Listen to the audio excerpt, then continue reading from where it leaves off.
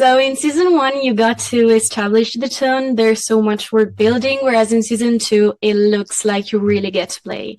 What should fans expect from this new adventure? Oh, so much. I mean, we should look.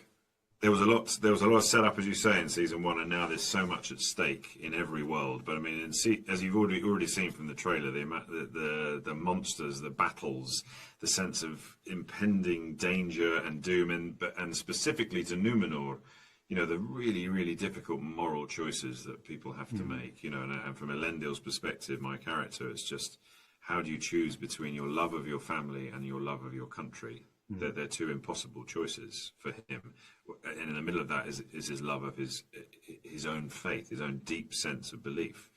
And do you let go your faith for the sake of loving your daughter, or do you have to keep hold of one? And these are some of the Tolkienian themes that are in there for everyone. There might be some grand battles between Sauron and Galadriel, these ancient elves, but once you get back to every character, there's so much that they have to try and make the right choice about. And ultimately, even though there's a lot of darkness in season two, a lot of action, a lot of, like, the energy of season two is huge. There's just, the hope is how people come together for the greater good and form friendships and try to defeat their idea of what is evil.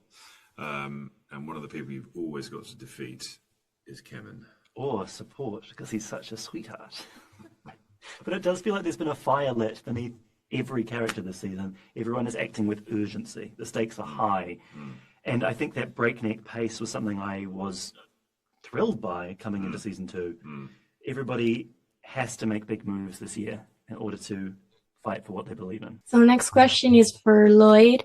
Elendil's journey is characterized by vulnerability, and the complexity of your character lies in his humanity to me.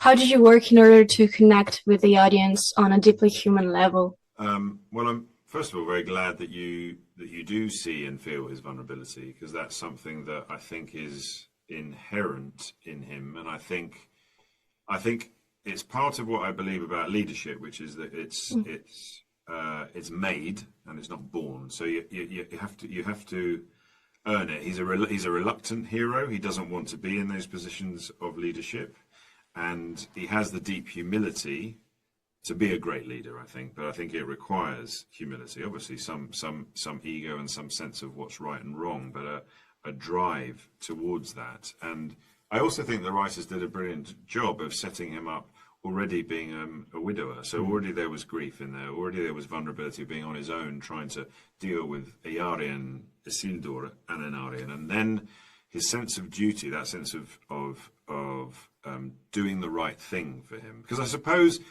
you know, if you talk about Tolkienian themes of the fall of man, the loss of Eden, good and evil, within that is ego and pride. And that's what the fall of man is all about, our own ego and pride. And I think I'm trying to understand, because they're big themes, but how does that relate to Elendil, or how does that relate to Numenor? And it's very much like I can make a selfish choice, or I can make a choice that is for the greater good of mankind. And I think that's the position that Elendil finds himself in. But the great thing he's fighting against is his own pain and his own grief about the amount of loss. And, you know, at the end of season one, he's lost his son as well through a decision of his own to go to war with Miriel. So I actually think he can't feel anymore. It's just too painful. And circumstances, people like this, just force very, very difficult decisions on him. And in the end, it will be a choice between his faith and his life. And that's where he's going to have to choose. And Leon, I know you grew up in Wellington, so I imagine Tolkien was kind of inescapable during your upbringing.